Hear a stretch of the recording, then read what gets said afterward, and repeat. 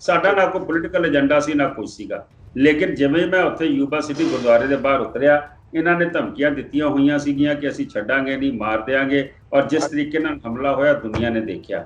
ਨਾ ਤੇ ਮੈਂ ਇਹਨਾਂ ਦੇ ਹਮਲਿਆਂ ਤੋਂ ਡਰਦਾ ਵਾਂ, ਇਹ ਭਾਵੇਂ ISI ਦੇ ਆਖੇ ਆਖ ਰਹੇ ਨੇ ਜਾਂ ਕਿਤੇ ਆਖੇ ਆਖੇ, ਨਾ ਮੈਂ ਕਾਂਗਰਸੀਆਂ ਤੋਂ ਡਰਿਆ ਵਾਂ ਕਿ ਜਿਨ੍ਹਾਂ ਨੇ ਮੇਰੇ ਫਾਦਰ ਦੀ ਅਸੈਸੀਨੇਸ਼ਨ ਵੀ ਹੋਈ ਹੈ, ਮੇਰੇ ਉੱਤੇ ਜਾਨਲੇਵਾ ਕਈ ਹਮਲੇ ਹੋ ਚੁੱਕੇ ਨੇ, ਲੇਕਿਨ ਮੈਂ ਆਪਣੀ ਲੜਾਈ ਕੰਟੀਨਿਊ ਰੱਖੀ। ਔਰ ਅੱਜ ਮੈਂ ਕਹਿ ਸਕਦਾ ਵਾਂ ਕਿ ਸੱਜਣ ਕੁਮਾਰ ਅੰਦਰ ਚਲੇ ਗਿਆ, ਟਾਈਟਲਰ ਵੀ ਬਹੁਤ ਜਲਦੀ ਅੰਦਰ ਜਾਏਗਾ। ਟਾਈਟਲਰ ਦੇ ਕੁਝ ਗਵਾਹ ਬਾਹਰ ਬੈਠੇ ਨੇ ਜਿਹੜੇ ਆਉਣ ਨੂੰ ਤਿਆਰ ਨਹੀਂ ਹੈਗੇ, ਨੰਬਰ 1। ਨੰਬਰ 2, ਇੱਕ ਗੱਲ ਹੋਰ, ਤੁਸੀਂ ਦੁਕਾਨਦਾਰੀ ਦੀ ਗੱਲ ਕੀਤੀ, ਮੈਨੂੰ ਕੋਈ ਇਤਰਾਜ਼ ਨਹੀਂ, ਖਾਲਿਸਤਾਨ ਮੰਗੋ ਨਾ, ਲਵੋ, ਲੜੋ। ਇੱਥੇ ਮਾਨ ਸਾਹਿਬ ਨਹੀਂ ਲੜਦੇ ਪਏ, ਇੱਥੇ ਦਲ ਖਾਲਸਾ ਨਹੀਂ ਲੜਦਾ ਪਿਆ, ਤੁਸੀਂ ਵੀ ਲੜੋ। ਲੇਕਿਨ ਤੁਸੀਂ ਪੈਸੇ ਇਕੱਠੇ ਕਰਕੇ ਕਿਸੇ ਨਾ ਕਿਸੇ ਕੰਮ ਦੇ ਉੱਤੇ ਤੇ ਕੌਮ ਵਾਸਤੇ ਕੁਝ ਨਾ ਕਰੋ। ਉੱਥੇ ਆਪਣੇ ਵਧੀਆ ਆਫਿਸ ਤੇ ਵੱਡੀਆਂ ਗੱਡੀਆਂ ਲੈ ਕੇ ਤੁਸੀਂ ਘੁੰਮਦੇ ਰਹੋ ਕੌਮ ਦੀ ਕੌਸ ਤੇ, ਕਿ ਤੁਸੀਂ ਹਿੰਦੁਸਤਾਨ ਦੇ ਵਿੱਚ ਫਿਰ ਕਤਲੇਆਮ ਕਰਾਉਣਾ ਚਾਹੁੰਦੇ ਹੋ, ਫਿਰ ਸਿੱਖਾਂ ਨੂੰ ਮਰਵਾਉਣਾ ਚਾਹੁੰਦੇ ਹੋ।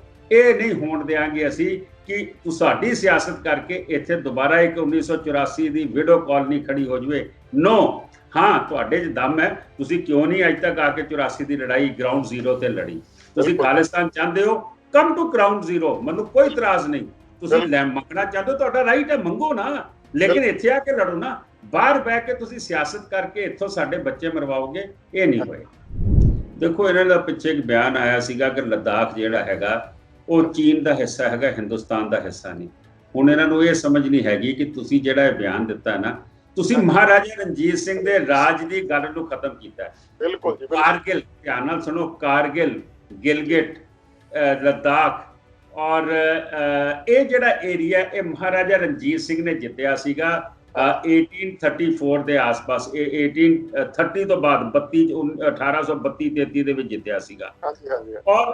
ਔਰ ਅੱਜ ਤੱਕ ਉਹ ਹਿੰਦੁਸਤਾਨ ਦਾ ਹਿੱਸਾ, ਉਹਦੇ ਚੋਂ ਸਿਰਫ ਗਿਲਗਿਟ ਜਿਹੜਾ POK 'ਚ ਹੈ, ਜਿਹੜਾ ਪਾਕਿਸਤਾਨ ਆਕੂਪਾਈਡ ਕਸ਼ਮੀਰ ਹੈਗਾ, ਇਹ ਸਾਰਾ ਸਿੱਖਾਂ ਨੇ ਜਿੱਤਿਆ, ਸਿੱਖ ਰਾਜ ਦਾ ਹਿੱਸਾ ਹੈ। ਤੁਸੀਂ ਆਖਦੇ ਹੋ ਕਿ ਚੀਨ ਦਾ ਹਿੱਸਾ ਹੈਗਾ। ਤੁਸੀਂ ਤੇ ਮਹਾਰਾਜਾ ਰਣਜੀਤ ਸਿੰਘ ਦਾ ਇਤਿਹਾਸ ਖਤਮ ਕਰ ਰਹੇ ਹੋ, ਕਿਉਂਕਿ ਮੈਨੂੰ ਲੱਗਦਾ ਕਿ ਹੁਣ ਚੀਨ ਦੀ ਕਿਸੇ ਏਜੰਸੀ ਕੋਲੋਂ ਤੁਹਾਨੂੰ ਕੋਈ ਨਾ ਕੋਈ ਜੇਬ ਖਰਚ ਮਿਲਣਾ ਸ਼ੁਰੂ ਹੋਣਾ ਜਾਂ ਕੀ ਤੁਹਾਡਾ ਰੀਜ਼ਨ ਹੈ? You knows the best. ਜੀ ਦੋਸਤੋ, ਸਤਿ ਸ੍ਰੀ ਅਕਾਲ। ਮੇਰਾ ਨਾਮ ਹੈਗਾ ਸੁਖੀ ਚਾਲ ਤੇ ਮੈਂ ਸੈਨ ਹੋਜ਼ੇ ਕੈਲੀਫੋਰਨੀਆ ਤੋਂ ਤੁਹਾਡੇ ਨਾਲ ਰੂਬਰੂ ਹੋ ਰਿਹਾ ਹੈਗਾ। ਅੱਜ ਮੇਰੇ ਨਾਲ ਇੰਡੀਆ ਦੇ ਵਿੱਚੋਂ, ਨਿਊ ਦਿੱਲੀ ਦੇ ਵਿੱਚੋਂ ਪੰਥ ਦੀ ਮਹਾਨ ਸ਼ਖਸੀਅਤ ਮਨਜੀਤ ਸਿੰਘ GK, ਜਿਹੜੇ ਕਿ ਜਾਗੋ ਪਾਰਟੀ ਦੇ ਪ੍ਰਧਾਨ ਵੀ ਹੈਗੇ ਨੇ ਤੇ ਦਿੱਲੀ ਗੁਰਦੁਆਰਾ ਮੈਨੇਜਮੈਂਟ ਕਮੇਟੀ ਦੇ ਸਾਬਕਾ ਪ੍ਰਧਾਨ ਵੀ ਰਹਿ ਚੁੱਕੇ ਹੈਗੇ ਨੇ। ਉਹਨਾਂ ਦੇ ਨਾਲ ਆਪਾਂ ਕੁਝ ਅਹਿਮ ਮੁੱਦਿਆਂ ਦੇ ਉੱਤੇ ਗੱਲ ਕਰਨ ਜਾ ਰਹੇ ਹੈਗੇ ਆ। ਮਨਜੀਤ ਸਿੰਘ GK ਜੀ, ਸਤਿ ਸ੍ਰੀ ਅਕਾਲ। ਵਾਹਿਗੁਰੂ ਜੀ ਕਾ ਖਾਲਸਾ, ਵਾਹਿਗੁਰੂ ਜੀ ਕੀ ਫਤਿਹ ਜੀ। ਵਾਹਿਗੁਰੂ ਜੀ ਕਾ ਖਾਲਸਾ, ਵਾਹਿਗੁਰੂ ਜੀ ਕੀ ਫਤਿਹ।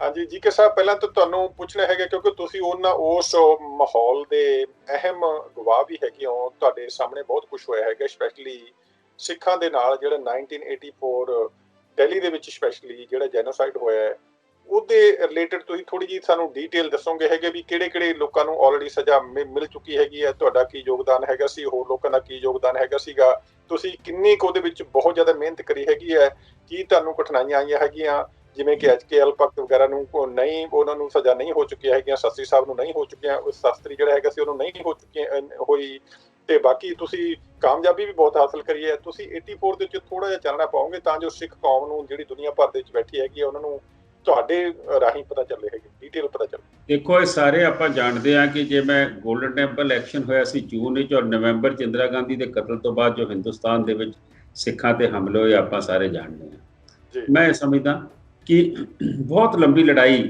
1984 ਦੇ ਇਨਸਾਫ ਲਈ ਲੜੀ, ਲੇਕਿਨ ਪ੍ਰੋਬਲਮ ਇਹ ਰਹੀ ਕਿ ਜਿਹੜੇ ਪਿਛਲੇ ਮੈਂ ਜੇ ਗਿਣਵਾ ਅੱਜ 84 ਨੂੰ ਤਕਰੀਬਨ 36 ਸਾਲ ਹੋ ਗਏ, ਉਹਦੇ 'ਚ ਤਕਰੀਬਨ 26 ਵਰੇ ਰਾਜ ਕਾਂਗਰਸ ਸਰਕਾਰ ਦਾ ਰਿਹਾ। ਔਰ ਕਾਂਗਰਸ ਨੇ ਨਾ ਤੇ FIR ਹੋਣ ਦਿੱਤੀਆਂ, ਨਾ ਕੇਸ ਰਜਿਸਟਰ ਹੋਣ ਦਿੱਤੇ, ਨਾ ਜਿਹੜੀ ਇਨਕੁਆਰੀਆਂ ਕਈ ਹੋਈਆਂ 10 ਜਾਂ 11 ਕਮਿਸ਼ਨ ਔਰ ਕਮੇਟੀਆਂ ਤੋਂ ਬਾਅਦ FIR ਰਜਿਸਟਰ ਹੋਣ। ਤੁਸੀਂ ਹਿਸਾਬ ਲਾ ਸਕਦੇ ਹੋ ਕਿ ਦਿੱਲੀ 'ਚ 5000 ਸਿੱਖ ਮਰੇ, ਹਿੰਦੁਸਤਾਨ 'ਚ 12000 ਤੋਂ ਵੱਧ ਮਰੇ। ਫਿਰ ਮੌਤਾਂ ਦੀ ਗੱਲ ਛੱਡ ਦਿਓ, ਕਿੰਨੀ ਦੁਕਾਨਾਂ ਲੁੱਟੀਆਂ ਗਈਆਂ, ਕਿੰਨੇ ਰੇਪ ਹੋਏ, ਕਿੰਨੇ ਲੋਕ ਜ਼ਖਮੀ ਹੋਏ, ਕਿੰਨੇ ਘਰ ਲੁੱਟੇ ਗਏ, ਕਿੰਨੇ ਟੈਕਸੀਆਂ ਤੇ ਟਰੱਕ ਸਾੜੇ ਗਏ। ਮੇਰਾ ਖਿਆਲ ਹੈ ਕਿ ਉਹਨਾਂ ਦਿਨਾਂ ਦੇ ਵਿੱਚ ਹੀ 3 ਦਿਨਾਂ ਦੇ ਵਿੱਚ 15000 ਤੋਂ ਉੱਤੇ FIR ਸਿਰਫ ਦਿੱਲੀ 'ਚ ਹੋਣੀ ਚਾਹੀਦੀ ਸੀ, ਜੋ ਕੁਝ ਹੋਇਆ। ਲੇਕਿਨ 11 ਕਮੇਟੀਆਂ ਔਰ ਕਮਿਸ਼ਨਾਂ ਤੋਂ ਬਾਅਦ 587 FIR ਹੁੰਦੀਆਂ ਨੇ ਔਰ 241 FIR ਸੁਓ ਮੋਟੋ ਕਲੋਜ਼ ਕਰ ਦਿੱਤੀਆਂ ਜਾਂਦੀਆਂ ਨੇ। ਮੈਂ ਸਮਝਦਾ ਇਸ ਤੋਂ ਪਤਾ ਲੱਗ ਜਾਂਦਾ ਹੈ ਕਿ ਸਰਕਾਰ ਦੀ ਮਨਸ਼ਾ ਕੀ ਸੀ, ਇਹਨਾਂ ਜਿਹੜੇ ਜੈਨੋਸਾਈਡ ਸੀ ਇਹਦੇ ਪਿੱਛੇ ਕੌਣ ਸੀ। ਲੜਾਈ ਚੱਲੀ, ਲੇਕਿਨ ਕਿਤੇ ਨਾ ਕਿਤੇ ਮੈਂ ਅੱਜ ਇਹ ਗੱਲ ਕਹਿ ਸਕਦਾ, ਤੁਸੀਂ ਇਹ ਦੇਖੋ ਕਿ ਅਸੀਂ ਸੱਜਣ ਕੁਮਾਰ ਕਦੀ ਸੁਪਨਾ ਨਹੀਂ ਲੈਂਦੇ ਸੀ ਕਿ ਅੰਦਰ ਜਾਊਗਾ। 35 ਸਾਲ ਬਾਅਦ ਸੱਜਣ ਕੁਮਾਰ ਦਾ ਅੰਦਰ ਜਾਣਾ, ਔਰ ਜਦੋਂ ਸੱਜਣ ਕੁਮਾਰ ਨੂੰ ਕੜਕੜਡੂਮਾ ਕੋਰਟ, ਮੈਂ ਜਿਹੜੀ ਲੋਅਰ ਕੋਰਟ ਹੈ ਜਿਹਨੂੰ ਟ੍ਰਾਇਲ ਕੋਰਟ ਕਹਿੰਦੇ ਆ, ਸੱਜਣ ਕੁਮਾਰ ਦੇ ਨਾਲ 5 ਬੰਦੇ ਹੋਰ ਸੀਗੇ ਜਿਹੜੇ ਸੇਮ ਧਾਰਾਵਾਂ ਸਭ ਤੇ ਲੱਗੀਆਂ, ਸੇਮ ਐਕਟ ਸਭ ਤੇ ਲੱਗੇ ਸੀ। ਠੀਕ ਹੈ ਜੀ। ਜਿਹੜੀ ਟ੍ਰਾਇਲ ਕੋਰਟ ਹੈ ਉਹ ਕਹਿੰਦੀ ਹੈ ਜੀ ਕਿ 5 ਨੂੰ ਤਾਂ ਅਸੀਂ ਮੰਨਦੇ ਆ ਕਿ ਉਹਨਾਂ ਨੇ ਕਸੂਰ ਕੀਤਾ, ਸੱਜਣ ਕੁਮਾਰ ਨੂੰ ਬਰੀ ਕਰਦੇ ਆ। ਇੱਕੋ FIR, ਇੱਕੋ ਕਸੂਰ, ਇੱਕੋ ਗਵਾਹ, ਇੱਕੋ ਸਬੂਤ, ਉਹਨਾਂ ਨੇ ਸੱਜਣ ਕੁਮਾਰ ਕੱਢਤਾ। ਔਰ ਉਸ ਵੇਲੇ 2014 ਦੇ ਵਿੱਚ 13 ਦੇ ਵਿੱਚ ਜਦੋਂ ਮਨਮੋਹਨ ਸਿੰਘ ਦੀ ਸਰਕਾਰ ਸੀ, 5 ਦਿਨ ਅਸੀਂ ਦਿੱਲੀ ਚੱਲਣ ਨਹੀਂ ਦਿੱਤੀ। ਅੱਛਾ। ਔਰ ਏਡਾ ਪ੍ਰੋਟੈਸਟ ਹੋਇਆ ਕਿ ਪਾਰਲੀਮੈਂਟ ਆਉਣ ਸੀ, ਅਸੀਂ ਪਾਰਲੀਮੈਂਟ ਨੂੰ ਘੇਰ ਲਿਆ, ਨਾ ਪ੍ਰਾਈਮ ਮਿਨਿਸਟਰ ਤੇ ਜਾ ਸਕਿਆ, ਨਾ ਕੋਈ ਵਜ਼ੀਰ ਜਾ ਸਕੇ। ਲੰਬੀ ਗੱਲ ਹੈ, ਮੈਂ ਉਸ ਪਾਸੇ ਨਹੀਂ ਜਾਵਾਂਗਾ। ਅਲਟੀਮੇਟਲੀ ਜਦੋਂ ਹੋਮ ਮਿਨਿਸਟਰ ਸੀ ਉੱਥੇ ਸੁਸ਼ੀਲ ਕੁਮਾਰ ਸ਼ਿੰਦੇ, ਮੈਨੂੰ ਪੁਲਿਸ ਕਮਿਸ਼ਨਰ ਕਹਿੰਦਾ ਕਿ ਜਾਂ ਤੇ ਪਾਰਲੀਮੈਂਟ ਦੇ ਬੂਹੇ ਤੋਂ ਉੱਠ ਜਾਓ, ਨਹੀਂ ਤੇ ਸਾਨੂੰ ਗੋਲੀ ਚਲਾਣੀ ਪਏਗੀ। ਮੈਂ ਕਿਹਾ ਜੀ ਬਿਲਕੁਲ ਚਲਾਓ, ਜੇ ਤੁਸੀਂ ਹਜ਼ਾਰਾਂ ਸਿੱਖ ਮਾਰਤੇ ਸੀ 84 ਚ, ਸੱਜਣ ਨੂੰ ਛੱਡ ਰਹੇ ਹੋ ਤੇ ਅਸੀਂ ਮਰਨ ਨੂੰ ਤਿਆਰ ਹਾਂ, ਲਾਸ਼ਾਂ ਚੁੱਕੋਗੇ, ਅਸੀਂ ਅੱਗੋਂ ਨਹੀਂ ਉੱਠਣਾ। ਅਲਟੀਮੇਟਲੀ ਹੋਮ ਮਿਨਿਸਟਰ ਨੂੰ ਨਾਲ ਮੇਰਾ ਟਾਈਮ ਹੋਇਆ, ਜਿੱਥੇ ਅਸੀਂ ਬੈਠੇ ਸੀ ਉੱਥੋਂ ਹੋਮ ਮਿਨਿਸਟਰੀ ਮੇਰਾ ਖਿਆਲ ਹੈ 1 ਫਰਲਾਂਗ ਦੂਰ ਸੀਗੀ, less than a quarter mile. ਤੇ ਅਸੀਂ ਉੱਥੇ ਜਾਂਦੇ ਹਾਂ ਔਰ ਉਸਨੂੰ ਇਹ ਆਖਿਆ ਕਿ ਤੁਸੀਂ ਸੱਜਣ ਕੁਮਾਰ ਦੇ ਖਿਲਾਫ ਅਪੀਲ ਕਰ ਦਿਓ ਹਾਇਰ ਕੋਰਟ ਦੇ ਵਿੱਚ, ਇਸ ਫੈਸਲੇ ਦਾ ਜਿਹੜਾ ਟ੍ਰਾਇਲ ਕੋਰਟ ਦਾ ਆਇਆ, ਤੇ ਅਸੀਂ ਆਪਣੇ ਧਰਨੇ ਚੁੱਕ ਲੈਂਦੇ ਹਾਂ, ਬਾਕੀ ਕੋਰਟ ਦੇਖਾਂਗੇ ਅਸੀਂ। ਮੰਨੋਗੇ ਤੁਸੀਂ ਕਿ ਉਹਨਾਂ ਨੂੰ ਉਹ ਅਪੀਲ ਕਰਨੀ ਪਈ, ਸਰਕਾਰ ਚੁੱਕੀ। ਔਰ ਜੇ ਉਹ ਅਪੀਲ ਉਧਰ ਨਾ ਕਰਾਂਦੇ, ਜੇ ਮੈਂ ਵੀ ਘਰ ਬਹਿ ਜਾਂਦਾ, ਮੈਂ ਕਹਿੰਦਾ ਜੀ ਕਿ ਜੇ ਬਾਕੀ ਜੇ ਕੋਰਟ ਦਾ ਫੈਸਲਾ ਆ ਗਿਆ, ਸੱਜਣ ਨੂੰ ਛੱਡ ਦਿੱਤਾ, ਹੁਣ ਮੇਰੀ ਤਾਂ ਲੜਾਈ ਮੁੱਕ ਗਈ। ਲੇਕਿਨ ਅਸੀਂ ਖਾਲੀ ਕੋਰਟ 'ਚ ਨਹੀਂ ਲੜੇ, ਅਸੀਂ ਸੜਕਾਂ ਤੇ ਲੜੇ, ਅਸੀਂ ਪੋਲੀਟੀਕਲੀ ਲੜੇ, ਔਰ ਉਸ ਵੇਲੇ ਲੜੇ ਜਦੋਂ ਦੁਸ਼ਮਣ ਦੀ ਸਰਕਾਰ ਸੀਗੀ। ਉਹ ਕੇਸ ਜੇ ਅਸੀਂ ਨਾ ਪਵਾਉਂਦੇ 2013-14 ਦੇ ਵਿੱਚ, ਸੱਜਣ ਅੰਦਰ ਨਹੀਂ ਜਾਣਾ ਸੀਗਾ। ਇਹਦੇ 'ਚ ਮੋਦੀ ਸਰਕਾਰ ਆਉਣ ਨਾਲ ਜਿਹੜੀ SIT ਬਣੀ, ਉਹਦੇ ਕਰਕੇ ਸਾਨੂੰ 100 ਤੋਂ ਵੱਧ ਬੰਦੇ ਜੇਲ੍ਹਾਂ 'ਚ ਅਸੀਂ ਕਰਾਉਣ 'ਚ ਕਾਮਯਾਬ ਹੋ ਗਏ, ਨੰਬਰ 1। ਔਰ ਦੂਜੀ ਗੱਲ, ਫਾਂਸੀ ਦੀਆਂ ਸਜ਼ਾਵਾਂ ਹੋਣੀਆਂ ਸ਼ੁਰੂ ਹੋ ਗਈਆਂ। ਹੁਣ ਤੁਹਾਡਾ ਸਵਾਲ ਸੀਗਾ, ਮੈਨੂੰ 2 ਨਾਂ ਤੁਸੀਂ ਲਏ ਆ, ਇੱਕ HKL ਭਗਤ ਦਾ ਤੇ ਇੱਕ ਧਰਮਦਾਸ ਸ਼ਾਸਤਰੀ ਦਾ। ਇਹ ਦੋਵੇਂ ਵੱਡੇ, ਕਿਉਂਕਿ ਦੇਖੋ ਸਾਰੇ ਨਾਂ ਤੁਹਾਨੂੰ ਕੀ ਦਸੀਏ, ਵੱਡੇ 5-7 ਨਾਂ ਸੀ। ਅਰਜੁਨ ਦਾਸ ਹੈਗਾ ਸੀਗਾ, ਉਸਨੂੰ ਉਸ ਵੇਲੇ ਮਾਰ ਦਿੱਤਾ ਗਿਆ ਸੀਗਾ ਮੇਰਾ ਖਿਆਲ। ਉਹਦੇ 'ਚ ਆਪਣਾ ਉਹ ਕੁੱਕੀ ਗਿੱਲ ਵਗੈਰਾ, ਉਹ ਸਾਰੇ ਜਿਹੜੇ ਸੁੱਕੇ ਜਿੰਦੇ ਵਾਲੀ ਸੀਗੇ ਉਸ ਵੇਲੇ ਮਾਕਨ ਵੀ ਹੈਗਾ ਸੀ। ਹਾਂਜੀ। ਉਹਦੇ ਬਾਅਦ ਕੀ ਕਹਿੰਦੇ ਨੇ, ਜਿਹੜਾ HKL ਭਗਤ ਔਰ ਧਰਮਦਾਸ ਸ਼ਾਸਤਰੀ, ਸਾਡੇ ਆਪਣੇ ਲੀਡਰਾਂ ਨੇ ਇਹਨਾਂ ਕੋਲੋਂ ਪੈਸੇ ਖਾ ਕੇ ਗਵਾਹ ਮੁਕਰਾਏ ਨੇ। ਅੱਜ ਵੀ ਜਗਦੀਸ਼ ਟਾਈਟਰ ਦੇ ਕੇਸ ਦੇ ਜਿਹੜੇ ਗਵਾਹ ਹੈਗੇ ਨੇ, ਉਹ ਤੁਹਾਡੇ ਅਮਰੀਕਾ ਜਾ ਕੇ ਬੈਠੇ ਨੇ, ਉਹ ਬਣਦੇ ਆਪਣੇ ਆਪ ਨੂੰ ਪੰਥਕ ਨੇ, ਲੇਕਿਨ ਬੈਠੇ ਬਾਹਰ ਜਾ ਕੇ ਆ। 1984 ਦੀ ਯਾਦਗਾਰ। ਜੀਕੇ ਸਾਹਿਬ ਉਹਨਾਂ ਦਾ ਨਾਮ ਦੱਸ ਸਕਦੇ ਹੋ? ਉਹਨਾਂ ਦਾ ਨਾਮ ਕੀ ਹੈਗਾ ਉਹਨਾਂ ਦਾ? ਇੱਕ ਤਾਂ ਉਹਨਾਂ 'ਚ ਜਸਬੀਰ ਸਿੰਘ ਆ, ਜਿਹੜਾ ਇੱਥੋਂ ਭਗੌੜਾ ਹੋਇਆ ਹੈ। ਹਾਂਜੀ ਹਾਂਜੀ। ਤੇ ਜਿਨ੍ਹਾਂ ਨੇ ਮੇਰੇ ਤੇ ਕੈਲੀਫੋਰਨੀਆ 'ਚ ਹਮਲਾ ਵੀ ਕੀਤਾ ਸੀਗਾ। ਚਲੋ ਠੀਕ ਆ, ਆਪਾਂ ਉਸ ਇਸ਼ੂ ਤੇ ਆਉਣੇ ਆ, ਤੁਸੀਂ ਕੰਟੀਨਿਊ ਰੱਖੋ। ਸਿਚੁਏਸ਼ਨ ਇਹ ਆ ਕਿ ਇਹ 1984 ਦੀ ਯਾਦਗਾਰ ਕਦੀ ਕੋਈ ਸੋਚ ਸਕਦਾ ਸੀ ਬਣੂਗੀ? ਪ੍ਰੋਬਲਮ ਇਹ ਹੈ ਕਿ 35-40 ਸਾਲ ਅਸੀਂ ਲੜੇ ਹੋਈਏ, ਸਾਡੇ ਉੱਤੇ NSA ਲਗਾਵੇ ਕਾਂਗਰਸ ਦੀ ਸਰਕਾਰ ਕਿ ਇਹ ਠੰਡੇ ਹੋ ਜਾਣ, ਸਾਡੇ ਉੱਤੇ 1985 ਦੇ ਟ੍ਰਾਂਜ਼ਿਸਟਰ ਬੰਬ ਕੇਸ ਪਾਏ ਜਾਣ, ਮੇਰਾ ਪਾਸਪੋਰਟ ਇੰਪਾਊਂਡ ਹੁੰਦਾ। ਸਰ ਜਰਨੈਲ ਸਿੰਘ ਖਾਲਸਾ, ਉਹਨਾਂ ਨਾਲ ਮੇਰੀ ਫੋਟੋ ਆਉਂਦੀ ਹੈ ਜਿਸ ਦਿਨ ਗੋਲਡਨ ਟੈਂਪਲ ਇਲੈਕਸ਼ਨ ਕੰਪਲੀਟ ਹੁੰਦਾ। ਇੰਡੀਅਨ ਐਕਸਪ੍ਰੈਸ, ਮੇਰੇ ਬੈਗ ਨਹੀਂ ਬਰਾਊਨ ਵਾਲਾ, ਮੈਂ ਤੁਹਾਨੂੰ ਹੁਣੇ ਅਖਬਾਰ ਦਿਖਾਣਾ, ਉਹ ਮੇਰੀ ਫੋਟੋ ਆਉਂਦੀ ਇੰਡੀਅਨ ਐਕਸਪ੍ਰੈਸ। ਮੇਰੇ ਉੱਤੇ ਹਿੰਦੁਸਤਾਨ ਦੇ ਜਿਹੜੇ ਸਭ ਤੋਂ ਔਖੇ ਧਾਰਾਵਾਂ ਨੇ ਉਹ ਲਾ ਕੇ ਮੈਨੂੰ ਬੰਦ ਕਰਦੇ ਨੇ। ਮੇਰਾ ਪਾਸਪੋਰਟ ਇੰਪਾਊਂਡ ਹੁੰਦਾ। ਫਰਮ 1984 to 1991 ਮੈਂ ਆਪਣੇ ਕੇਸ ਲੜਦਾ ਵਾਂ। ਮੈਂ ਉਹ ਕੇਸ ਸਾਰੇ ਮੇਰੇ ਤੇ ਖਾਰਿਜ ਹੁੰਦੇ ਆ, ਮੇਰੇ ਪਾਸਪੋਰਟ ਵਾਪਸ ਮਿਲਦੇ ਨੇ। ਮੈਂ ਇਹ ਸਮਝਦਾ ਵਾਂ ਕਿ ਜਿਹੋ ਜਿਹੀਆਂ ਧਾਰਾਵਾਂ ਮੇਰੇ ਉੱਤੇ ਲਗਾਈਆਂ ਗਈਆਂ, ਅਸੀਂ ਇੱਥੇ ਲੜਦੇ ਰਹੇ।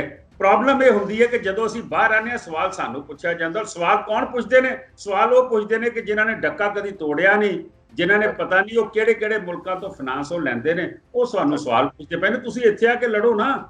ਤੁਸੀਂ ਦੇਖੋ ਕਿ ਅਸੀਂ ਕਿੱਦਾਂ ਲੜੇ ਆ ਤੇ ਕਿੱਦਾਂ ਬੰਦੇ ਅੰਦਰ ਕਰਾਏ। ਤੇ ਅੱਜ ਵੀ ਅਸੀਂ ਉਸੇ ਲੜਾਈ ਨੂੰ ਕੰਟੀਨਿਊ ਰੱਖ ਰਹੇ ਹਾਂ ਜੀ। ਕਿ ਸਾਹਿਬ ਤੁਸੀਂ ਬਹੁਤ ਸੋਹਣੀ ਗੱਲ ਕਰੀ ਹੈਗੀ ਹੈ ਵੀ ਇਸ ਚੀਜ਼ ਦੇ ਨਾਲ ਮੈਂ ਤੁਹਾਡੇ ਨਾਲ ਸਹਿਮਤ ਹਾਂ ਵੀ ਦੇਖੋ ਜਿਹੜੀ ਤੁਸੀਂ ਯਾਦਗਾਰ ਬਣਾਈ ਹੋਈ ਹੈਗੀ ਹੈ, ਮੈਂ ਉਹਦਾ ਆਪ ਅਹਿਮ ਜਾ ਕੇ ਮੈਂ ਦੇਖ ਕੇ ਆਇਆ ਹੈਗਾ ਵੀ ਬਹੁਤ ਵੱਡੀ ਤੁਹਾਡੀ ਕੁਰਬਾਨੀ ਹੈ, ਬਹੁਤ ਵੱਡੀ ਮਿਹਨਤ ਹੈਗੀ ਹੈ।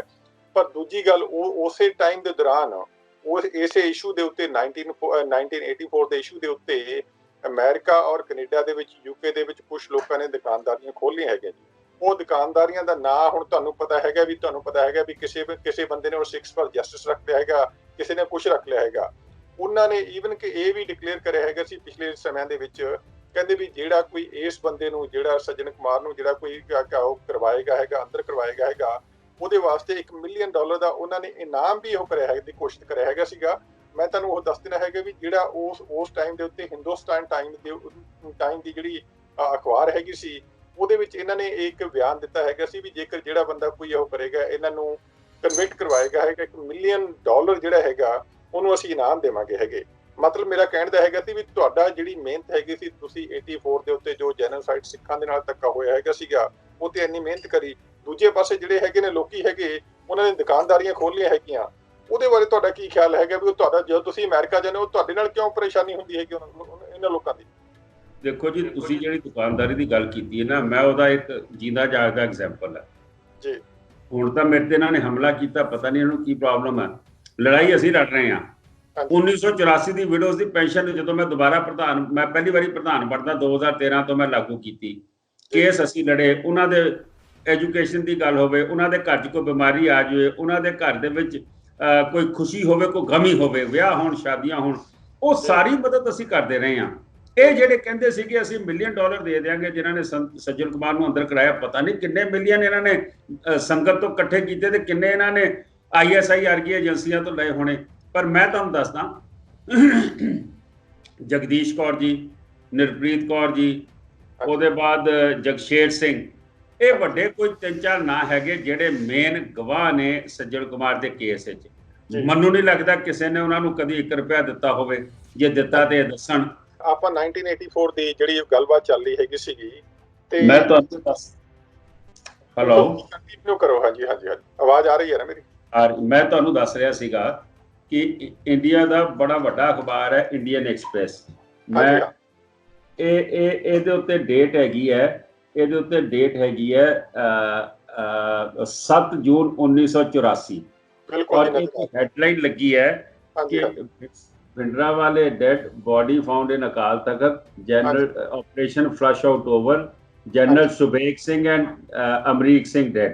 ਇਹ ਹੈਡਲਾਈਨ ਲੱਗੀ ਹੈ 7 ਜੂਨ 1984 ਦੀ। ਇਹ ਖੱਬੇ ਪਾਸੇ ਇਹ ਸੰਤਾ ਦੇ ਨਾਲ ਮੇਰੀ ਫੋਟੋ ਹੈ, ਔਰ ਇਹ ਮੇਰੀ ਫੋਟੋ ਹੈ, ਔਰ ਪਿੱਛੇ ਬੈਕਗ੍ਰਾਉਂਡ ਦੇ ਵਿੱਚ ਬੋਰੀਆਂ ਪਈਆਂ ਨੇ ਜਿੱਥੇ ਉਹਨਾਂ ਨੇ ਜਿਹਨੂੰ ਕਹਿੰਦੇ ਮੋਰਚੇਬੰਦੀ ਕੀਤੀ ਸੀ। ਔਰ ਇਹ ਫੋਟੋ ਦੇ ਕੈਪਸ਼ਨ ਕੀ ਹੈ? ਇਹ ਫੋਟੋ ਹੈਗੀ ਸੀ ਮੇਰੀ 2 ਮਹੀਨੇ ਪੁਰਾਣੀ, ਲੇਕਿਨ ਇੰਡੀਅਨ ਐਕਸਪ੍ਰੈਸ ਨੇ ਉਸ ਦਿਨ ਲਾਈ ਜਿਸ ਦਿਨ ਆਪਰੇਸ਼ਨ ਬਲੂ ਸਟਾਰ ਖਤਮ ਹੋਇਆ। 6 ਜੂਨ ਨੂੰ ਖਤਮ ਹੋਇਆ, 7 ਜੂਨ ਦੀ ਅਖਬਾਰ ਦਿਖਾ ਰਿਹਾ। ਕੈਪਸ਼ਨ ਕੀ ਲਾਇਆ ਜੀ, ਪੜ੍ਹ ਕੇ ਸੁਣਾਉਣਾ photo. File picture of Jarnail Singh Bhindranwale talking to Manjit Singh son of ਜਥੇਦਾਰ Santokh Singh ji on the rooftop of Guru Nanak Niwas where gun positions were constructed recently। ਹੁਣ ਇਸ ਫੋਟੋ ਤੋਂ ਬਾਅਦ, ਇਸ ਅਖਬਾਰ ਤੋਂ ਬਾਅਦ ਹਿੰਦੁਸਤਾਨ ਦੀ ਕਿਹੜੀ ਏਜੰਸੀ ਹੈ ਜਿਸ ਨੇ ਮੇਰੇ ਉੱਤੇ ਕੇਸ ਨਹੀਂ ਪਾਏ? ਮੇਰੇ ਉੱਤੇ ਕਿਹੜਾ ਮੁਕਦਮਾ ਨਹੀਂ ਪਾਇਆ ਜਿਹਨੂੰ ਟਾਡਾ ਕਿਹਾ ਜਾਂਦਾ, ਜਿਹਨੂੰ NSA ਕਿਹਾ ਜਾਂਦਾ, ਪਾਸਪੋਰਟ ਇੰਪਾਊਂਡ ਹੋਏ? ਔਰ ਇਹ ਲੜਾਈ ਲੜਨ ਤੋਂ ਬਾਅਦ ਵੀ ਅਸੀਂ ਭੱਜੇ ਨਹੀਂ, ਅਸੀਂ ਲੜਾਈ ਕੰਟੀਨਿਊ ਰੱਖੀ ਸੱਜਣ ਕੁਮਾਰ ਦੇ ਖਿਲਾਫ, ਟਾਈਟਲਰ ਦੇ ਖਿਲਾਫ, ਭਗਤ ਦੇ ਖਿਲਾਫ।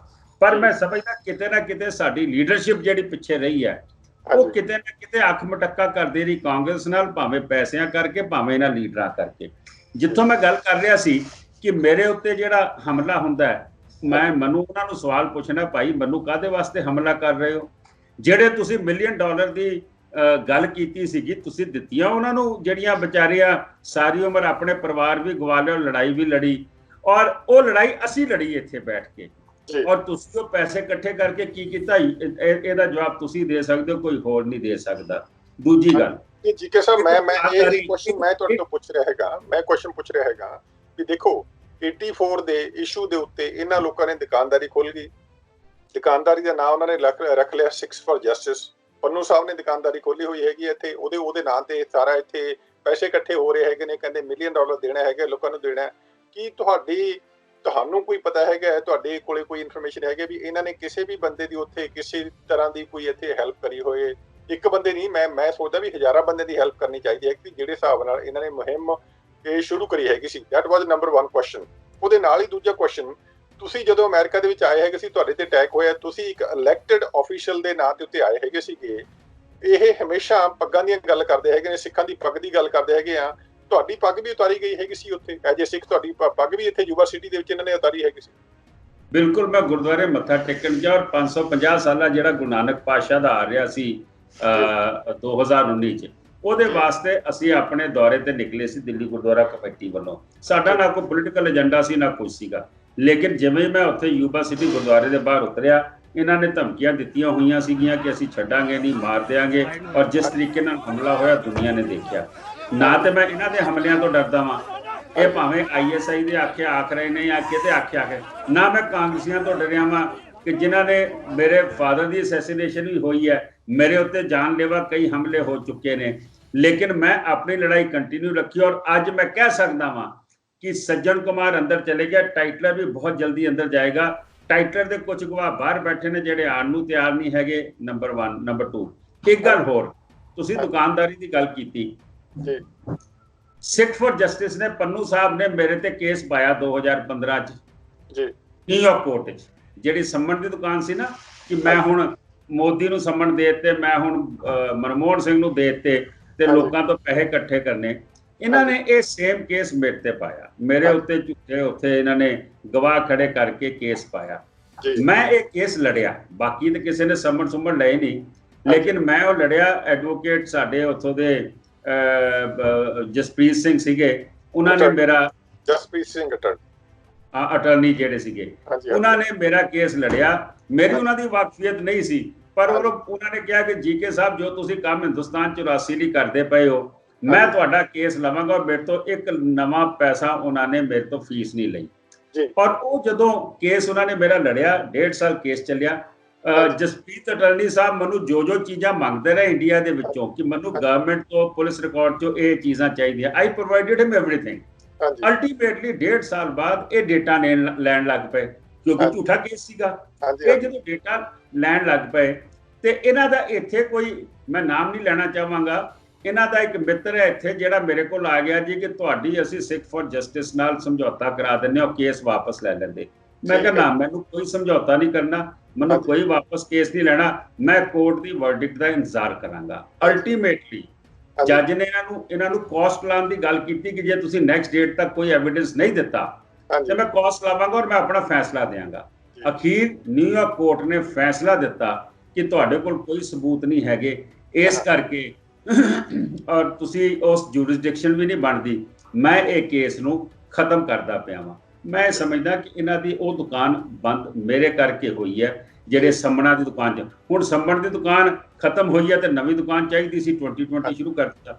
ਮੈਨੂੰ ਕੋਈ ਇਤਰਾਜ਼ ਨਹੀਂ, ਖਾਲਿਸਤਾਨ ਮੰਗੋ ਨਾ, ਲਵੋ, ਲੜੋ। ਇੱਥੇ ਮਾਨ ਸਾਹਿਬ ਨਹੀਂ ਲੜਦੇ ਪਏ, ਇੱਥੇ ਦਲ ਖਾਲਸਾ ਨਹੀਂ ਲੜਦਾ ਪਿਆ, ਤੁਸੀਂ ਵੀ ਲੜੋ, ਲੇਕਿਨ ਤੁਸੀਂ ਪੈਸੇ ਇਕੱਠੇ ਕਰਕੇ ਕਿਸੇ ਨਾ ਕਿਸੇ ਕੰਮ ਦੇ ਉੱਤੇ ਤੇ ਕੌਮ ਵਾਸਤੇ ਕੁਛ ਨਾ ਕਰੋ। ਉੱਥੇ ਆਪਣੇ ਵਧੀਆ ਆਫਿਸ ਤੇ ਵੱਡੀਆਂ ਗੱਡੀਆਂ ਲੈ ਕੇ ਤੁਸੀਂ ਘੁੰਮਦੇ ਰਹੋ ਕੌਮ ਦੀ ਕਾਸਟ ਤੇ, ਕਿ ਤੁਸੀਂ ਹਿੰਦੁਸਤਾਨ ਦੇ ਵਿੱਚ ਫਿਰ ਕਤਲੇਆਮ ਕਰਾਉਣਾ ਚਾਹੁੰਦੇ ਹੋ, ਫਿਰ ਸਿੱਖਾਂ ਨੂੰ ਮਰਵਾਉਣਾ ਚਾਹੁੰਦੇ ਹੋ। ਇਹ ਨਹੀਂ ਹੋਣ ਦੇਵਾਂਗੇ ਅਸੀਂ ਕਿ ਸਾਡੀ ਸਿਆਸਤ ਕਰਕੇ ਇੱਥੇ ਦੁਬਾਰਾ ਇੱਕ 1984 ਦੀ ਵਿਡੋ ਕਾਲਨੀ ਖੜੀ ਹੋ ਜਾਵੇ। ਨੋ, ਹਾਂ ਤੁਹਾਡੇ 'ਚ ਦਮ ਹੈ, ਤੁਸੀਂ ਕਿਉਂ ਨਹੀਂ ਅੱਜ ਤੱਕ ਆ ਕੇ 84 ਦੀ ਲੜਾਈ ਗਰਾਊਂਡ ਜ਼ੀਰੋ ਤੇ ਲੜੀ? ਤੁਸੀਂ ਖਾਲਿਸਤਾਨ ਚਾਹੁੰਦੇ ਹੋ, ਕਮ ਟੂ ਗਰਾਊਂਡ ਜ਼ੀਰੋ, ਮੈਨੂੰ ਕੋਈ ਇਤਰਾਜ਼ ਨਹੀਂ। ਤੁਸੀਂ ਮੰਗਣਾ ਚਾਹੁੰਦੇ ਹੋ, ਤੁਹਾਡਾ ਰਾਈਟ ਹੈ, ਮੰਗੋ ਨਾ, ਲੇਕਿਨ ਇੱਥੇ ਆ ਕੇ ਲੜੋ ਨਾ। ਬਾਹਰ ਬਹਿ ਕੇ ਤੁਸੀਂ ਸਿਆਸਤ ਕਰਕੇ ਇੱਥੋਂ ਸਾਡੇ ਬੱਚੇ ਮਰਵਾਓਗੇ, ਇਹ ਨਹੀਂ ਹੋਏਗਾ। ਬਿਲਕੁਲ, ਤੁਸੀਂ ਜੀਕੇ ਸਾਹਿਬ ਬਹੁਤ ਅੱਛਾ ਇੱਕ ਕੁਐਸਚਨ ਰੇਜ਼ ਕਰਿਆ ਹੈਗਾ ਵੀ ਜਿਹੜਾ ਸੰਮਣਾ ਦੀ ਇਹਨੇ ਦੁਕਾਨ ਖੋਲੀ ਹੈਗੀ ਸੀ। ਦੇਖੋ, ਪਹਿਲਾਂ ਜਿਹੜੀ ਇਹਨਾਂ ਦੀ ਦੁਕਾਨਦਾਰੀ ਹੈਗੀ ਸੀ, ਜਿਹੜੀ ਸਿੱਖਸ ਫॉर ਜਸਟਿਸ ਦੀ ਪੰਨੂ ਸਾਹਿਬ ਦੀ ਹੈਗੀ ਸੀ, ਉਹਨਾਂ ਨੇ 84 ਦੇ ਇਸ਼ੂ ਤੋਂ ਸ਼ੁਰੂ ਕਰੀ ਹੈਗੀ ਸੀ, ਕਿਉਂਕਿ 84 ਦੇ ਨਾਲ ਸਿੱਖਾਂ ਦਾ ਹਮੇਸ਼ਾ ਬਹੁਤ ਸੈਂਸਿਟਿਵ ਇਸ਼ੂ ਹੋਣ ਕਰਕੇ ਹੈ ਕਿ ਹਰ ਕੋਈ ਚਾਹੁੰਦਾ ਹੈਗਾ ਵੀ ਸਾਡੇ ਨਾਲ ਧੱਕਾ ਹੋਇਆ ਹੈਗਾ। ਮੈਂ ਵੀ ਉਸ ਚੀਜ਼ ਦੇ ਨਾਲ ਸਹਿਮਤ ਹੈਗਾ, ਤੁਸੀਂ ਵੀ ਹੈਗਾ, ਤੁਸੀਂ ਬਹੁਤ ਕੰਮ ਕਰਿਆ ਹੈਗਾ ਵੀ ਉਸ ਚੀਜ਼ ਦਾ ਇਨਸਾਫ ਮਿਲਣਾ ਚਾਹੀਦਾ। ਇਨਸਾਫ ਦੇ ਵਿੱਚ ਬਹੁਤ ਦੇਰੀ ਹੋਈ ਹੈਗੀ ਹੈ, ਪਰ ਇਹਨਾਂ ਲੋਕਾਂ ਨੇ ਚਾਦਰ ਵਿਛਾ ਲਈ ਹੈਗੀ ਹੈ, ਪੈਸੇ ਇਕੱਠੇ ਕਰੇ ਹੈਗੇ ਨੇ, ਰੱਜ ਕੇ ਇਕੱਠੇ ਕਰੇ ਹੈਗੇ ਨੇ। ਦੂਜੀ ਗੱਲ ਉਸ ਤੋਂ ਬਾਅਦ ਇਹਨਾਂ ਨੇ ਨਵਾਂ ਸ਼ੋਸ਼ਾ ਛੱਡਿਆ ਹੈਗਾ ਵੀ ਸਮਨਾਂ ਦੀ ਜਿਹੜੀ ਦੁਕਾਨ ਖੋਲੀ ਹੈਗੀ ਸੀ, ਕੋਈ ਵੀ ਪ੍ਰਾਈਮ ਮਿਨਿਸਟਰ ਆਵੇ, ਕੋਈ ਸੀਐਮ ਆਵੇ, ਕੋਈ ਬਿਊਰੋਕਰੇਟ ਆਵੇ, ਕੋਈ ਲੀਡਰ ਆਵੇ ਹੈਗੇ, ਇਹਨਾਂ ਨੇ ਉਹਦੇ ਪਿੱਛੇ ਪਿੱਛੇ ਲਿਜਾ ਕੇ ਇੱਥੋਂ ਕੋਰਟ ਦੇ ਵਿੱਚੋਂ ਸਮਨ ਲੈ ਕੇ ਜਾਂਦੇ ਹੈਗੇ ਨੇ। ਮੈਂ ਇਹ ਸਿੱਖ ਕੌਮ ਨੂੰ ਪੁੱਛਣਾ ਚਾਹੁੰਦਾ ਹੈਗਾ ਵੀ ਤੁਹਾਨੂੰ ਵੀ ਪੁੱਛਣਾ ਚਾਹੁੰਦਾ, ਅੱਜ ਤੱਕ ਤੁਹਾਡੇ ਨੋਟਿਸ ਵਿੱਚ ਹੈਗਾ ਵੀ ਕਿਸੇ ਬੰਦੇ ਨੂੰ ਅੱਜ ਤੱਕ ਇਹਨਾਂ ਦੇ ਸੰਬੰਧ ਦੀ ਵਜ੍ਹਾ ਕਰਕੇ ਕਿਸੇ ਬੰਦੇ ਨੂੰ ਸਜ਼ਾ ਹੋ ਚੁੱਕੀ ਹੋਵੇ? ਮੈਂ ਤੁਹਾਨੂੰ ਦੱਸ ਰਿਹਾ ਨਾ ਕਿ ਕਿਸੇ ਨੇ ਤਾਂ ਸੰਬਲ ਨਸੀਬ ਨਹੀਂ ਕੀਤੇ, ਸਜ਼ਾ ਇਹਨਾਂ ਨੇ ਕਿੱਥੋਂ ਦਵਾਣੀ ਸੀ? ਇਹਨਾਂ ਨੇ ਸਜ਼ਾ ਨਹੀਂ ਦਵਾਣੀ ਸੀ, ਇਹਨਾਂ ਨੇ ਦੁਕਾਨ ਚਾਲੂ ਰੱਖਣੀ ਸੀ। ਇਹ ਦੁਕਾਨ ਮੇਰੇ ਕਰਕੇ ਬੰਦ ਹੋਈ ਜਦੋਂ ਮੈਂ ਸਮਨਾਂ ਦਾ ਕੇਸ ਲੜ ਕੇ ਇਹਨਾਂ ਦੇ ਮੁਲਕ ਦੇ ਵਿੱਚ ਨਿਊਯਾਰਕ ਕੋਰਟ ਦੇ ਵਿੱਚ ਇਹਨਾਂ ਨੂੰ ਹਰਾਇਆ। ਮੇਰੀ ਇੱਕੋ ਇੱਕ ਬੇਨਤੀ ਹੈ, ਕਿਉਂਕਿ ਸਮਾਂ ਹੋ ਗਿਆ, ਮੇਰੀ ਅੱਗੇ ਮੀਟਿੰਗ ਆ, ਮੇਰੀ ਇੱਕੋ ਇੱਕ ਬੇਨਤੀ ਹੈ ਸੁਖੀ ਸਾਹਿਬ, ਹਾਂਜੀ, ਅਮਰੀਕਾ, ਕੈਨੇਡਾ ਜਾਂ ਹੋਰ ਯੂਰਪੀਅਨ ਕੰਟਰੀਜ਼ ਜਿੱਥੋਂ ਇਹਨਾਂ ਨੇ ਪੈਸੇ ਇਕੱਠੇ ਕੀਤੇ ਨੇ, ਮੇਰੀ ਇੱਕੋ ਗੱਲ ਹੈ, ਇਹ ਪੈਸੇ ਦਾ ਹਿਸਾਬ ਦੇ ਦੇਣ ਕਿ ਕਿੰਨਾ ਇਹਨਾਂ ਨੇ ਇਕੱਠਾ ਕੀਤਾ, ਕਿੰਨਿਆਂ ਨੂੰ ਇਹਨਾਂ ਨੇ ਵੰਡਿਆ ਹੈਗਾ। ਇਹ ਸਾਨੂੰ ਇਹ ਸੰਗਤ ਨੂੰ ਦੱਸ ਦੇਣ, ਮੈਨੂੰ ਨਹੀਂ ਲੋੜ ਹੈਗੀ ਇਹਨਾਂ ਦੀ, ਮੈਨੂੰ ਤਾਂ ਪਤਾ ਇਹਨਾਂ ਨੇ ਕੀ ਕੀਤਾ ਕੀ ਨਹੀਂ ਕੀਤਾ। ਇਹ ਉੱਥੋਂ ਦੇ ਲੋਕਾਂ ਨੂੰ ਦੱਸ ਦੇਣ ਜਿਹੜੇ ਇਹਨਾਂ ਨੂੰ, ਜਿੱਦਾਂ ਤੁਸੀਂ ਕਿਹਾ ਨਾ ਕਿ 1984 ਇੱਕ ਸੈਂਸਿਟਿਵ ਇਸ਼ੂ ਹੈ, ਸਾਡੀ ਭਾਵਨਾ ਨਾਲ ਜੁੜਿਆ। ਆਮ ਸਿੱਖ ਉੱਥੇ ਬੈਠਾ ਕਹਿੰਦਾ ਨਹੀਂ ਯਾਰ ਇਹ ਲੜਾਈ ਲੜਦਾ ਪਿਆ, ਇਹਨੂੰ ਦੇ ਦਿਓ ਕੁਛ ਨਾ ਕੁਛ। ਇਹ ਜਿਹੜੇ ਇਕੱਠੇ ਕੀਤੇ ਉੱਥੋਂ ਦੀਆਂ ਸਿੰਘ ਸਭਾਵਾਂ ਨੇ ਐਲਾਨ ਕਰ ਕਰਕੇ ਇਹਨਾਂ ਨੂੰ ਇਕੱਠੇ ਕਰਾ ਕੇ ਦਿੱਤੇ। ਮੈਂ ਚਾਹੁੰਦਾ ਉਹ ਜਿਨ੍ਹਾਂ ਨੇ ਵੀ ਦਿੱਤੇ, ਉਹ ਭਾਵੇਂ ਗੁਰਦੁਆਰਾ ਗੁਰੂ ਘਰ ਦੀਆਂ ਕਮੇਟੀਆਂ ਹੋਣ ਜਾਂ ਭਾਵੇਂ ਉੱਥੋਂ ਦੀ ਸੰਗਤ ਹੋਵੇ, ਉਹ ਜ਼ਰੂਰ ਇੱਕ ਵਾਰੀ ਪੁੱਛ ਲਵੇ ਭਾਈ ਅਸੀਂ ਤੁਹਾਨੂੰ ਇੰਨੇ ਡਾਲਰ ਦਿੱਤੇ। ਬਹੁਤ ਸੋਹਣਾ ਕੁਐਸਚਨ ਜਿਹੜਾ ਰੇਜ਼ ਕਰਿਆ ਹੈਗਾ ਵੀ ਦੇਖੋ ਜਿਹੜੇ ਲੋਕਾਂ ਨੇ ਉਸ ਇਸ਼ੂ ਦੇ ਉੱਤੇ ਜਿਨ੍ਹਾਂ ਦੀ ਇਹਨਾਂ ਨੂੰ ਭਾਵਨਾਵਾਂ ਦੇ ਨਾਲ ਖੇਡ ਕਰਕੇ ਇਹਨਾਂ ਨੇ ਪੈਸਾ ਇਕੱਠਾ ਕਰਿਆ ਹੈਗਾ, ਉਹਨਾਂ ਦਾ ਵੀ ਹੱਕ ਬਣਦਾ ਹੈਗਾ ਔਰ ਇਹਨਾਂ ਦੀ ਜ਼ਿੰਮੇਵਾਰੀ ਬਣਦੀ ਹੈਗੀ ਹੈ, ਉਸ ਚੀਜ਼ ਦਾ ਲੇਖਾ ਜੋਖਾ ਹੋਣਾ ਚਾਹੀਦਾ ਹੈ।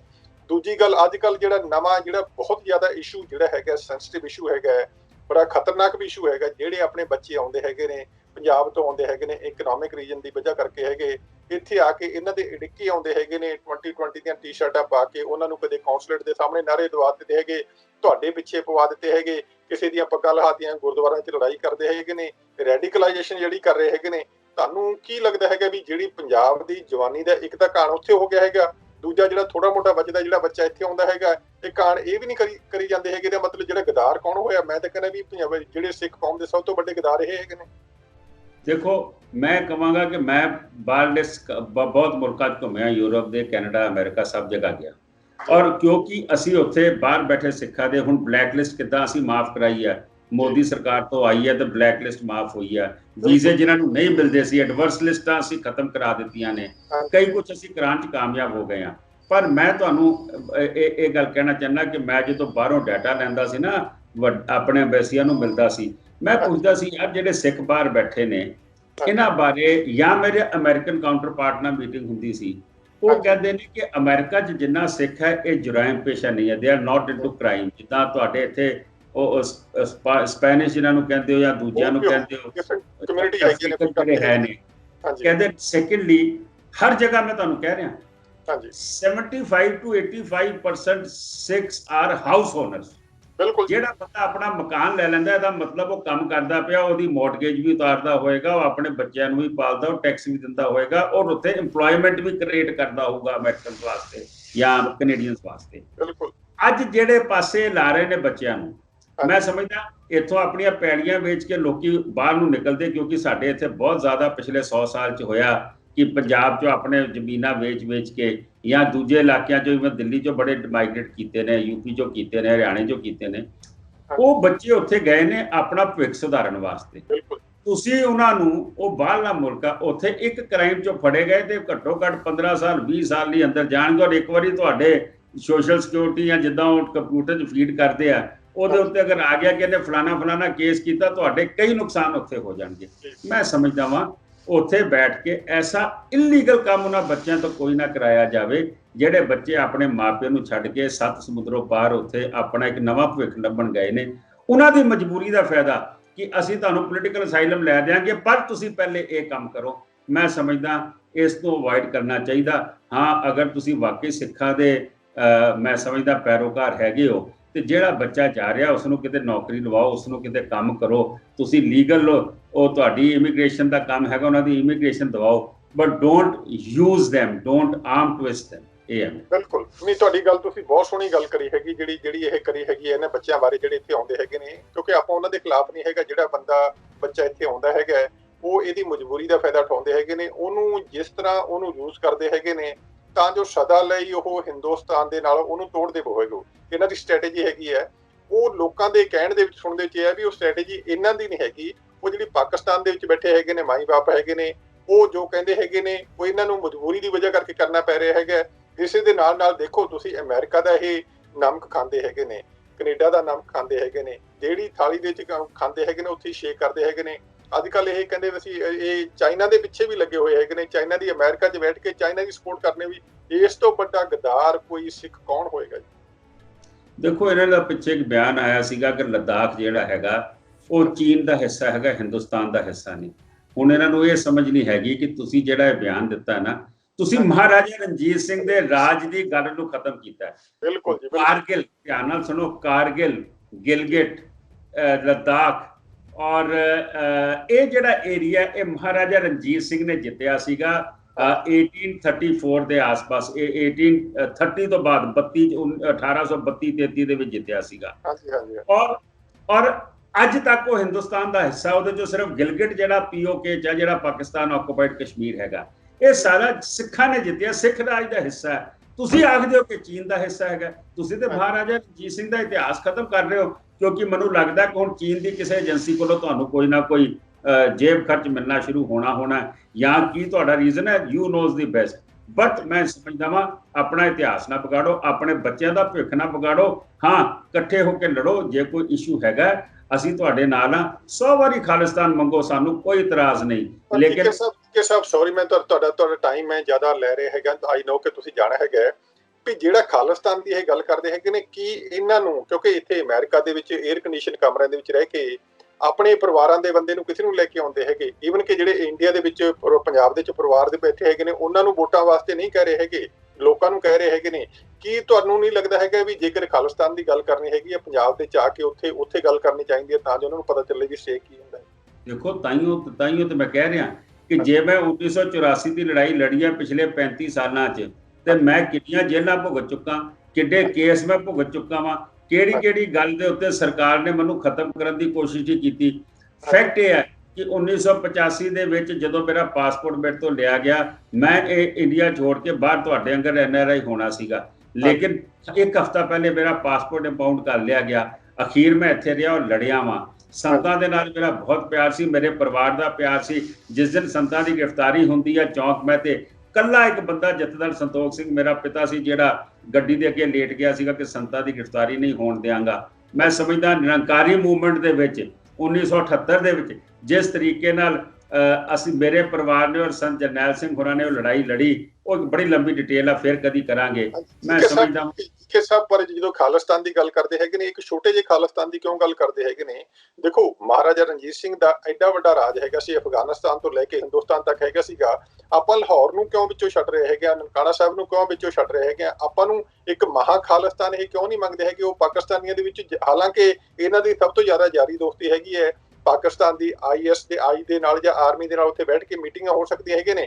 ਕੀ ਇਹ ਆਪਣੇ ਵੱਡੇ ਖਾਲਿਸਤਾਨ ਦੀ ਮੰਗ ਨਹੀਂ ਕਰ ਰਹੇ? ਕਿ ਇਹ ਲਾਹੌਰ ਨੂੰ ਆਪਾਂ ਇੱਕ ਮੰਗ ਨਹੀਂ ਸਕਦੇ ਹੈਗੇ ਵੀ ਲਾਹੌਰ ਸਾਡਾ ਕੈਪੀਟਲ ਹੋਣਾ ਚਾਹੀਦਾ ਖਾਲਿਸਤਾਨ ਦਾ? 100% ਜਿਹੜੀ ਗੱਲ ਜੇ ਹਿੰਦੁਸਤਾਨ ਆ ਕੇ ਗੱਲ ਸ਼ੁਰੂ ਕਰਦੇ ਆ ਤੇ ਜ਼ਰੂਰ ਇਹਨਾਂ ਨੂੰ ਵੇਟ ਕਰਾਂਗੇ ਕਿ ਫਿਰ ਖਾਲਿਸਤਾਨ ਚਾਹੀਦਾ ਤਾਂ ਫਿਰ ਸਮੁੱਚਾ ਮੰਗੀਏ ਨਾ, ਫਿਰ ਪਾਰਟ ਨਾ ਮੰਗੀਏ। ਕੱਲ ਨੂੰ ਫਿਰ ਆਪਣਾ ਕੋਈ ਨਾ ਕੋਈ ਰਹਿ ਜਾਵੇ, ਆਪਣੇ ਗੁਰੂ ਘਰ ਉੱਥੇ ਨੇ। ਤੁਸੀਂ ਠੀਕ ਕਹਿ ਰਹੇ ਹੋ, but yes, first they should come to India and then ask for it. G K ਸਾਹਿਬ, ਤੁਸੀਂ ਆਪਣੇ ਬਿਜੀ ਟਾਈਮ ਦੇ ਵਿੱਚੋਂ ਟਾਈਮ ਕੱਢਿਆ ਹੈਗਾ, ਬਹੁਤ ਬਹੁਤ ਸ਼ੁਕਰੀਆ ਤੁਹਾਡਾ। ਆਈ ਨੋ ਕਿ ਜੋ ਤੁਹਾਨੂੰ ਇਹ ਲੋਕੀ ਹਮੇਸ਼ਾ, ਮੈਂ ਐਜ ਏ US ਸਿਟੀਜ਼ਨ ਕਹਿ ਰਿਹਾ ਹੈਗਾ, ਇੱਥੇ ਹਮੇਸ਼ਾ ਫਰੀडम ਆਫ ਸਪੀਚ ਦੀ ਗੱਲ ਕਰਦੇ ਹੈਗੇ ਨੇ, ਲਿਬਰਟੀ ਦੀ ਗੱਲ ਕਰਦੇ ਹੈਗੇ ਨੇ, ਪ੍ਰੈਸ ਦੀ ਉਹਦੀ ਗੱਲ ਕਰਦੇ ਹੈਗੇ ਨੇ, ਫਰੀडम ਦੀ ਗੱਲ ਕਰਦੇ ਹੈਗੇ ਨੇ। ਜੋ ਤੁਹਾਡੇ ਨਾਲ ਹੋਇਆ ਹੈਗਾ, ਕਿਉਂਕਿ ਤੁਸੀਂ ਐਜ ਏ ਇਲੈਕਟਿਡ ਮੈਂਬਰ ਆਏ ਹੈਗੇ ਸੀ ਅਮਰੀਕਾ ਦੀ ਧਰਤੀ ਦੇ ਉੱਤੇ, ਗੁਰੂ ਨਾਨਕ ਦੇਵ ਜੀ ਦਾ ਇੱਕ ਮੈਸੇਜ ਦੇਣ ਵਾਸਤੇ ਆਏ ਹੈਗੇ ਸੀਗੇ। ਜੋ ਤੁਹਾਡੇ ਨਾਲ ਹੋਇਆ ਹੈਗਾ 99%, ਮੈਂ ਇੱਥੇ ਇੱਕ ਥਾਪੜ ਕੇ ਕਹਿ ਸਕਦਾ ਹੈ ਕਿ ਸਿਰਫ ਇਹ ਜਿਹੜੇ ਚੰਦ ਕੁ ਬੰਦੇ ਹੈਗੇ ਨੇ ਜੋ ਤੁਹਾਡੇ ਨਾਲ ਵਤੀਰਾ ਕਰਿਆ ਹੈਗਾ, ਇਹਨਾਂ ਨੇ ਵੀ ਆਰ ਰੀਲੀ ਸ਼ੇਮਫੁਲ। ਐਕਚੁਅਲੀ ਸਾਨੂੰ ਹਰਟ ਹੁੰਦਾ ਹੈਗਾ ਵੀ ਦੇਖੋ, ਇੱਕ ਗੁਰਸਿੱਖ ਦੀ ਪੱਗ ਦੀ, ਅਸੀਂ ਪੱਗ ਦੀ ਗੱਲ ਕਰਦੇ ਹੈਗੇ ਆ, ਗੁਰੂ ਘਰ ਦੇ ਅੰਦਰ ਜਾਣ ਬੁੱਝ ਕੇ ਇਹਨਾਂ ਨੇ ਤੁਹਾਡਾ ਉੱਥੇ ਨਿਰਾਦਰ ਕਰਿਆ ਹੈਗਾ, ਤੁਹਾਡੀ ਪੱਗ ਲਾਉਣ ਦੀ ਕੋਸ਼ਿਸ਼ ਕਰੀਏ। ਤੁਹਾਡੀ ਪੱਗ ਨਹੀਂ ਲਈ ਹੈਗੀ, ਉਹ ਸਿੱਖ ਕੌਮ ਦੀ ਪੱਗ ਲਈ ਹੈਗੀ ਸੀ। ਦੇਖੋ, ਮੈਂ ਦਿੱਲੀ ਦੇ 10 ਲੱਖ ਸਿੱਖਾਂ ਨੂੰ ਰਿਪਰੈਜ਼ੈਂਟ ਕਰਦਾ ਸੀਗਾ, ਮੈਂ ਪ੍ਰੈਜ਼ੀਡੈਂਟ ਸੀ ਦਿੱਲੀ ਗੁਰਦੁਆਰਾ ਕਮੇਟੀ ਦਾ।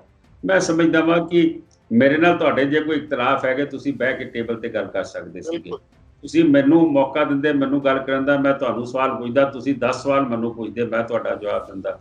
ਮੈਂ ਸਮਝਦਾ ਇਹਨਾਂ ਨੇ ਜਿਹੜਾ ਰਾਹ ਲਿਆ ਉਹ ਇਹਨਾਂ ਨੂੰ ਜ਼ਿਆਦਾ ਪਤਾ ਹੋਏਗਾ, ਪਰ ਉਹਦੇ ਨਾਲ ਕੋਈ ਮੇਰਾ ਹੌਸਲਾ ਨਹੀਂ ਡੇਗ ਸਕੇ। ਹਾਂ, ਜਿਹੜੀ ਗੱਲ ਤੁਸੀਂ ਕਹੀ ਹੈ ਕਿ ਫਰੀडम ਦੀ ਗੱਲ ਕਰਦੇ ਆ, ਸਪੀਚ ਦੀ, ਮੀਡੀਆ ਦੀ, ਉਹ ਫਰੀडम ਕਿੱਥੇ ਹੈ ਕਿ ਜੇ ਤੁਸੀਂ ਮੇਰੀ ਗੱਲ ਸੁਣਨ ਦੀ ਬਜਾਏ, ਮੈਨੂੰ ਜਵਾਬ ਦੇਣ ਦੀ ਬਜਾਏ ਮੇਰੇ ਤੇ ਫਿਜ਼ੀਕਲ ਹਮਲਾ ਕੀਤਾ, ਮੈਨੂੰ ਮਾਰਨ ਦੀ ਕੋਸ਼ਿਸ਼ ਕੀਤੀ, ਮੇਰੀ ਦਸਤਾਰ ਦੀ ਬੇਇੱਜ਼ਤੀ ਕੀਤੀ।